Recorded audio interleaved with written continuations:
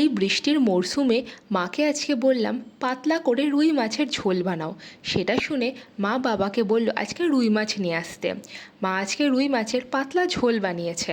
প্রথমে রুই মাছগুলোকে নুন আর হলুদ দিয়ে ভালো করে মাখিয়ে নিয়েছে। এরপর কড়াইয়ে সামান্য তেল দিয়ে রুই মাছগুলোকে এক এক করে ছেড়ে দিয়েছে। রুই মাছগুলো ভাজা হয়ে গেলে মা এগুলো তুলে নিয়েছে। কড়াইয়ে আরেকটু তেল দিয়ে ফোড়ন দিয়ে একের পর এক আলুগুলোকে দিয়ে দিয়েছে। যদি চ্যানেলটা ভালো লাগে তাহলে অবশ্যই সাবস্ক্রাইব করে দিয়ে যাবেন, আর ভিডিওটা ভালো লাগলে একটা লাইক আর কমেন্ট করে পাশে থাকবেন। এরপর মা আলুগুলো ভাজা ভাজা হয়ে গেলে স্বাদ মতো নুন, হলুদ, লঙ্কার গুঁড়ো, টমেটো আর পেস্ট দিয়ে ভালো করে আলুগুলোকে ভাজা ভাজা করে নিয়েছে। আলুগুলো ভাজা হয়ে গেলে মাছগুলোকে ছেড়ে দিয়ে জল দিয়ে দিয়েছে। এরপর এটা মা 5 মিনিট মতো ফুটিয়েছে। সবার লাস্টে মা ধনেপাতা দিয়ে গার্নিশ করেছে নামানোর আগে।